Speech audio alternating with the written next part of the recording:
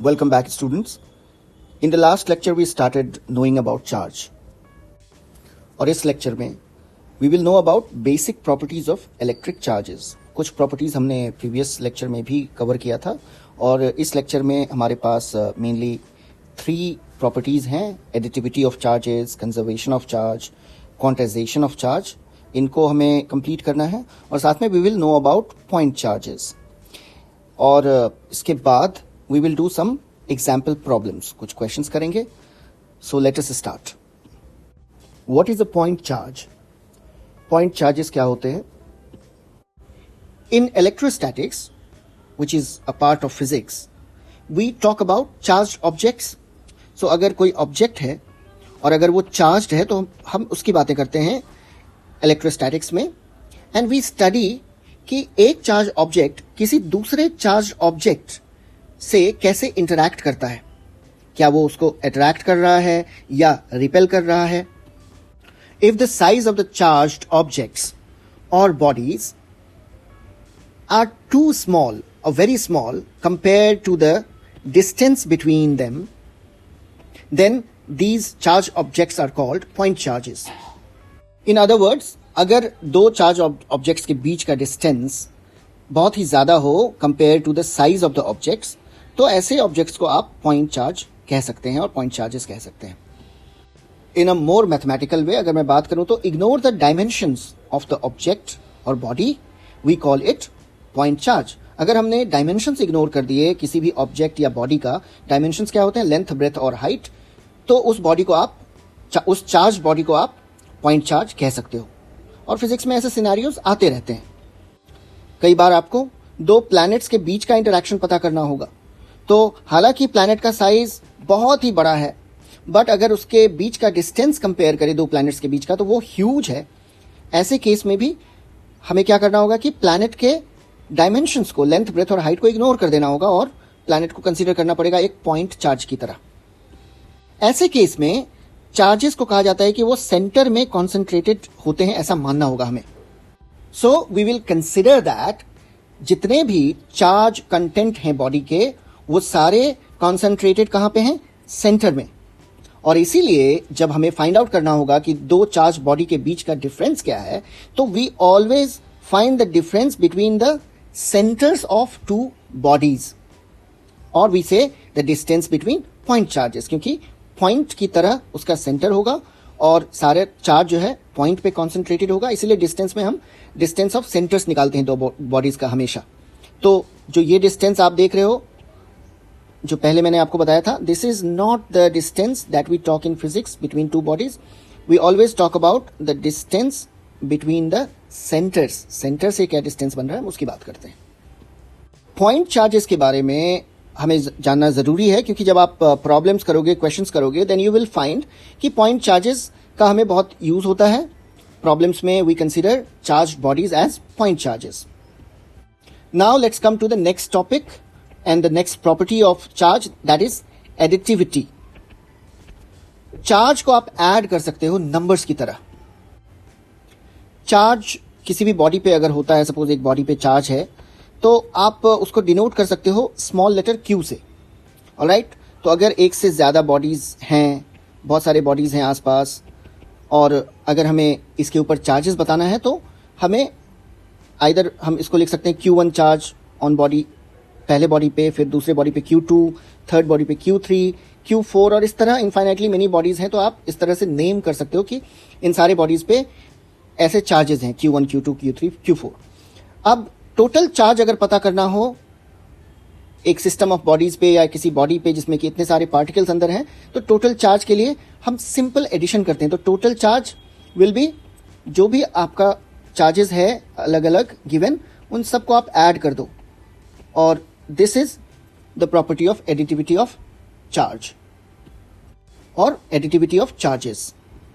Charges या charge जो एक फिजिकल क्वांटिटी है वो एक स्केलर क्वांटिटी है, इसमें कोई डायरेक्शन नहीं होता, इसीलिए सिंपल रियल नंबर की तरह ऐड होता रहता है. ये चार्जेस हमेशा पॉजिटिव ही नहीं होंगे. Suppose 2 coulomb plus 2 coulomb, coulomb charge का यूनिट है, इनको ऐड करना है तो हमें 2 + 2 सिंपल ऐड करेंगे और ये हो जाएगा 4 कूलाम.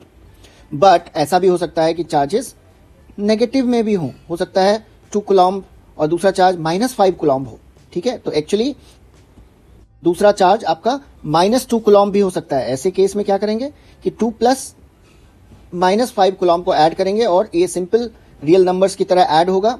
2 को -5 से ऐड करेंगे तो हमें आएगा -3 कूलम्ब। हाउएवर, ये जो आपको मैंने एग्जांपल दिया 2 coulomb plus 2 coulomb is equal to 4 coulomb, this is a huge amount of charge. ये बहुत ही बड़ा क्वांटिटी है चार्ज का। इतने बड़े चार्ज को बहुत ही रेयर हम देखेंगे किसी क्वेश्चन में। यूजुअली चार्ज बहुत ही स्मॉल क्वांटिटी में होते हैं। This you will come to know जब हम उस टॉपिक को कवर करेंगे। Now why do we need to do this property of electric charges, additivity of charges हमें क्यों पढ़ना है ऐसा प्रॉपर्टी? बिकॉज क्वेश्चंस में यू विल फाइंड आउट ऐसे सिचुएशंस आएंगे, ऐसे प्रॉब्लम्स आएंगे जिसमें आपको चार्जेस को ऐड करना होगा। उस समय कोई आपको कंफ्यूजन ना हो कि चार्ज को ऐड कैसे करते हैं, तो आप सिंपली उसको एक रियल नंबर की तरह ऐड कर सकते हो, right? Our second property is charge is conserved. आपने सुना होगा एनर्जी इज कंजर्व्ड। तो जिस तरह एनर्जी कंजर्व्ड होता है उसी तरह चार्ज भी कंजर्व्ड होता है। What does that mean? It simply means that charge can not be created और नॉट डिस्ट्रॉयड। ना चार्ज को क्रिएट किया जा सकता है ना डिस्ट्रॉय किया जा सकता है। यहां पे बात आती है न्यूट्रल बॉडी की। तो न्यूट्रल बॉडी एक ऐसा बॉडी है जिसमें total number of positive charges और total number of negative charges equal होते हैं। What does that mean? कि अगर पॉजिटिव चार्जेस और नेगेटिव चार्जेस इक्वल है तो दोनों कैंसिल आउट हो जाएंगे और उस बॉडी पे जीरो चार्ज होगा। That's why it is called neutral. अब अगर हम बात करें कि एक क्लोज्ड सिस्टम है, क्लोज्ड सिस्टम ऐसा सिस्टम होता है जिसमें बाहर का कोई इंटरैक्शन नहीं हो सकता। कोई भी इंटरैक्शन सिस्टम के अंदर से बाहर नहीं हो सकता या सिस्टम के बाहर से अंदर नहीं हो सकता। क्लोज सिस्टम का मतलब ऐसा है, सिस्टम का साइज आपके रूम के जैसा हो सकता है या बहुत ही छोटा हो सकता है, टाइनीएस्ट हो सकता है। ऐसे सिस्टम को क्या बोलते हैं? Isolated system. आइसोलेटेड मींस अकेला, अलग थलग। अब आइसोलेटेड सिस्टम में चार्ज कंजर्व्ड होते हैं। चार्ज क्या होते हैं आइसोलेटेड सिस्टम में? कंजर्व्ड होते हैं। What does that mean? It simply means कि अंदर के चार्ज जो है वो फिक्स्ड होते हैं, कभी चेंज नहीं हो सकते। जितने चार्ज हैं उतने ही रहेंगे। नेचर में आपको ऐसे सिनेरियोज भी मिलेंगे जिसमें कहा जाएगा कि चार्जेस को क्रिएट या डिस्ट्रॉय किया जा सकता है। आइए वो भी एक एग्जांपल देखते हैं। ऐसा हो सकता है कि कहा जा सकता है कि एक सब एटॉमिक पार्टिकल न्यूट्रॉन है जिसको कि आप नेचर कन्वर्ट कर सकता है प्रोटॉन एंड इलेक्ट्रॉन में। ऐसे केसेस में क्या हुआ? प्रोटॉन पॉजिटिवली चार्ज होते हैं, इलेक्ट्रॉन नेगेटिवली चार्ज होते हैं। तो न्यूट्रॉन से प्रोटॉन और इलेक्ट्रॉन क्रिएट हुआ, इट मींस चार्ज क्रिएट हुआ और ये नेचुरल प्रोसेस है। बट अगर हम ध्यान से देखें तो प्रोटॉन और न्यूट्रॉन दोनों पे इक्वल चार्जेस होते हैं जिसको ई से डिनोट किया जाता है। बट यहां पे ट्रिक ये है कि इलेक्ट्रॉन पे सेम अमाउंट ऑफ चार्ज है बट इन नेगेटिव क्वांटिटी। तो दोनों क्वांटिटी को अगर आप ऐड करो तो आप फाइनली पाओगे कि टोटल चार्ज क्या है? 0। तो एडिटिविटी वाले प्रॉपर्टी से हमने चार्जेस को ऐड किया और फाइनली हमने देखा कि टोटल चार्ज में कोई चेंज नहीं आ रहा। न्यूट्रॉन पे कोई चार्ज नहीं होता, 0 चार्ज होता है। और फाइनली जो सिस्टम में फाइनल चार्ज क्या है वो भी 0 है। तो इट मींस चार्ज क्या है? कंजर्व्ड है। ये जो भी प्रॉपर्टीज आप अभी पढ़ रहे हो, इन सारे प्रॉपर्टीज का यूज आप क्वेश्चंस बनाने में करोगे, कॉन्सेप्ट को समझने में करोगे। So these properties are equally important as your questions. अब जो लास्ट प्रॉपर्टी हमें पढ़नी है that is quantization of charge. It simply means कि एक्सपेरिमेंट से ये एस्टैब्लिश हो चुका है कि चार्ज जो होते हैं वो छोटे छोटे क्वांटिटी में एक फिक्स्ड पैकेट में आते हैं।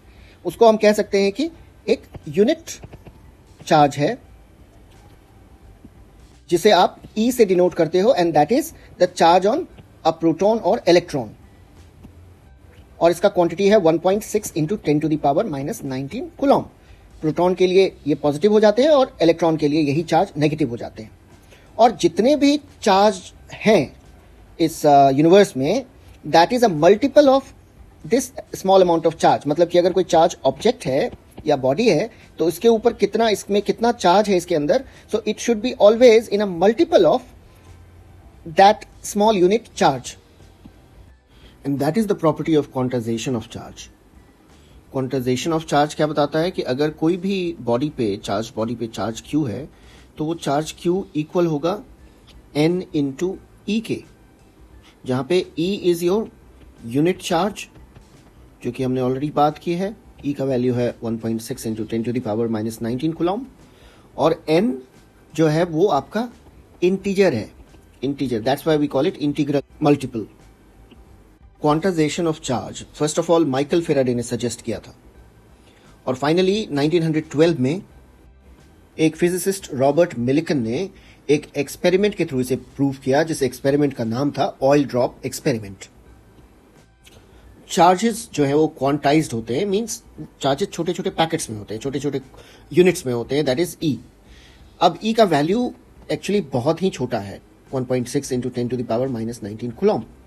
तो जब आप बात करते हो किसी भी चार्ज ऑब्जेक्ट की जिसका कि चार्ज का value it is huge, for example even अगर ये माइक्रो कूलम में भी है, तो micro coulomb is in the order 10⁻⁻6 coulomb. Now even micro coulomb is a huge quantity when we compare it to the unit charge. तो इतना बड़ा quantity से हम डील करते हैं कि जो यूनिट चार्ज है वो उसका कोई खास सिग्निफिकेंस नहीं रह जाता, और हम मानते हैं कि चार्ज बिल्कुल कॉन्टिन्यूअस है। इट इज जस्ट लाइक अगर हमने फ्लोइंग वाटर देखा तो हमने बोल दिया कि अरे फ्लोइंग वाटर तो कॉन्टिन्यूअस है, बिल्कुल इसमें कोई ब्रेक नहीं है। लेकिन अगर माइन्यूटली अगर वाटर को देखा जाए तो वाटर के अंदर क्या होते हैं, मॉलिक्यूल्स होते हैं, और मॉलिक्यूल्स स्मॉल स्मॉल एंटिटीज हैं अपने आप में। तो पानी क्या है, स्मॉल स्मॉल पार्टिकल्स से बना हुआ है। बट जब हम पानी की बात करते हैं तो एक ग्लास पानी की बात करते हैं तो क्या we talk about that small small particles of water, नहीं, उसकी बात हम नहीं करते। तो ठीक उसी तरह जब आप चार्जेस के बारे में बात करते हो और अगर चार्जेस का क्वांटिटी जो है वो बिग है तो वी इग्नोर दैट वो स्मॉल स्मॉल पैकेट्स में या बहुत छोटे यूनिट में बना हुआ है, जिसको कि हम charge on proton and electron कहते हैं, और हम मानते हैं कि चार्ज क्या है, एक फ्लो है, एक कॉन्टिन्यूटी है। Alright, before we go to question answer, let us define coulomb. Coulomb is the SI unit of charge. Coulomb का सिंबल जो है वो C होता है, capital letter C, and in word it is written as COULOMB, coulomb. वैसे तो coulomb को define करने के लिए जो SI यूनिट में गिवन है, कूलम्ब को डिफाइन करने के लिए हमें उसको रिलेट करना होगा इलेक्ट्रिक करंट से, लेकिन इलेक्ट्रिक करंट अभी हमने कवर नहीं किया है, तो we will wait for the proper definition. For the time being we can say that 1 coulomb is the charge flowing in the wire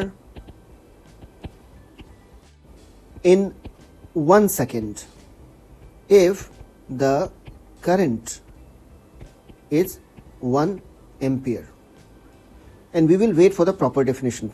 For now, 1 coulomb is the charge or is the quantity of charge flowing in the wire in 1 second if the current is 1 ampere. Scientifically it is seen that जो smallest amount of charge possible है, that is the charge on electron and proton, and that is equal to 1.6 into 10⁻⁻19 coulomb. But recent development जो है physics में, उसमें बोला गया है कि एक पार्टिकल है क्वार्क, इस पे जो चार्ज का वैल्यू होता है वो 1/3 होता है E के, मतलब E का भी 1/3, E से भी छोटा। So this is the smallest possible charge what you can see. तो बस ये इंफॉर्मेशन के लिए है कि smallest possible charge is quark, that is 1/3 of the value 1.6 into 10⁻⁻19 coulomb. Now let us do a very interesting problem. The question is, how much positive and negative charge is there in a cup of water? एक cup water में कितना negative और positive charge होगा?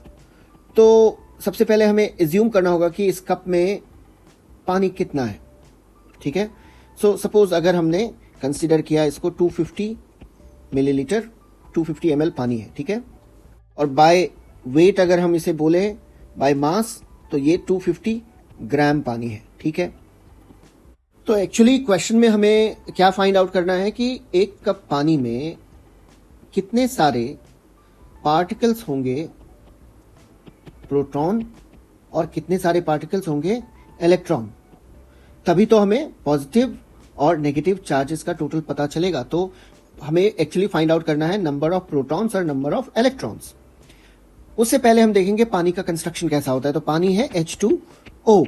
अब H2O water का एक molecule है जिसमें H हाइड्रोजन है और O ऑक्सीजन है। तो अगर इसके मास की बात करें तो हाइड्रोजन का जो एटॉमिक मास है वो होता है 1, और हाइड्रोजन कितनी बार है 2 टाइम्स, और इसके साथ ऐड हो जाएगा ऑक्सीजन का एटॉमिक मास जो कि होता है 16, और हम देखते हैं कि टोटल हो गया 18U। U is unified mass, a very small unit of mass for atoms and molecules. तो एक वाटर का जो मॉलिक्यूल है उसका मॉलिक्यूलर मास आ गया हमारे पास 18U।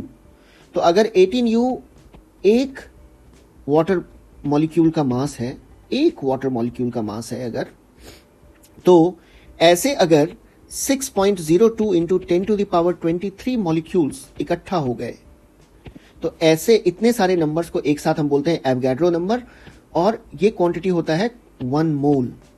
ठीक है, तो 1 मोल क्वांटिटी में इतने सारे नंबर्स होते हैं उस मॉलिक्यूल के या उस किसी भी एंटिटी के। तो इतने मॉलिक्यूल्स का जो मास होता है, वो जो भी आपका मॉलिक्यूलर मास आया उसको, उसमें यू जो लगाया, यू के बदले आप जी लिखते, तो इतना ग्राम मास होगा किसका, 1 मोल का। ओके, एंड 1 मोल में कितने पार्टिकल्स होते हैं, 6.02 इंटू 10⁻23 मॉलिक्यूल्स।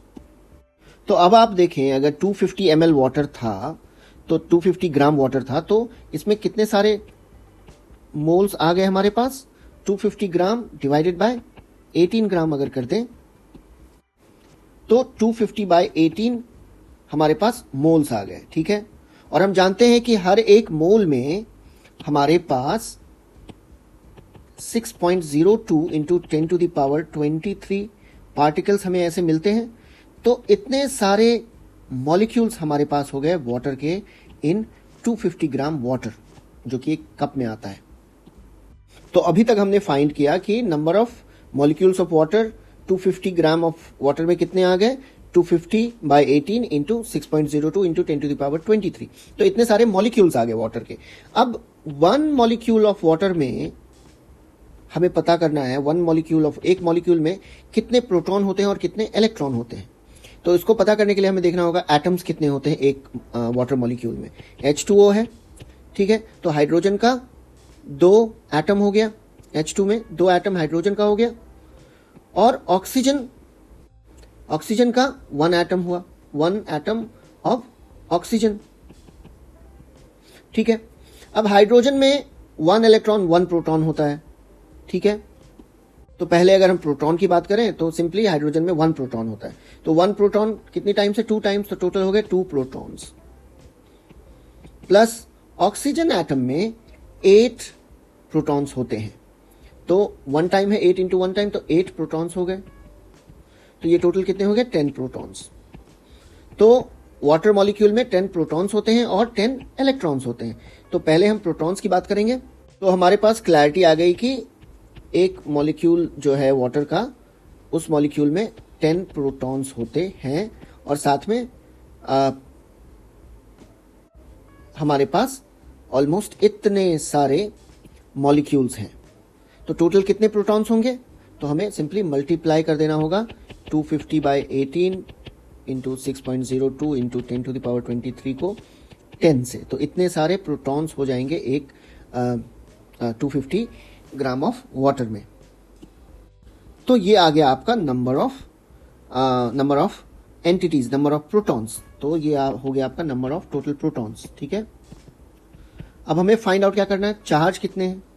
तो जो भी क्वांटिटी है 250 बाय 18 इंटू 6.02 इंटू 10⁻23 इंटू 10, अगर इसको मल्टीप्लाई कर लिया 1.6 इंटू 10⁻⁻19 कूलॉम से, क्योंकि टोटल चार्ज जो होता है, टोटल चार्ज क्या होता है, Q is equal to N multiplied by E। तो E का वैल्यू ये है, इससे मल्टीप्लाई कर लिया तो इससे हमें टोटल चार्ज फाइंड आउट हो जाएगा। और अगर आप इससे कैलकुलेट करोगे तो ये आता है 1.34 into 10⁻7 coulomb. It is a huge charge, very big amount of charge. और ठीक इसी क्वांटिटी का हमारे पास चार्ज हमें मिलेगा इलेक्ट्रॉन से भी, बट उसके लिए बस आगे एक नेगेटिव साइन देना होगा हमें। तो नेगेटिव 1.34 इंटू 10⁻7 कूलॉम्ब, क्योंकि बाकी सारे जो नंबर्स हैं वो इक्वल हैं, बट जो E का वैल्यू है फॉर इलेक्ट्रॉन्स वो 1.6 into 10 to the power minus 19 coulomb के बदले minus 1.6 into 10 to the power minus 19 coulomb होता है. And that is your answer. Now you can try this question. अगर आप मानो कि एक कप में 250 ग्राम ऑफ वाटर के बदले 200 ग्राम वाटर ही आता है, उसको करके आप इस क्वेश्चन को दोबारा कर सकते हो and find out your answer and write it in the comments. Thank you.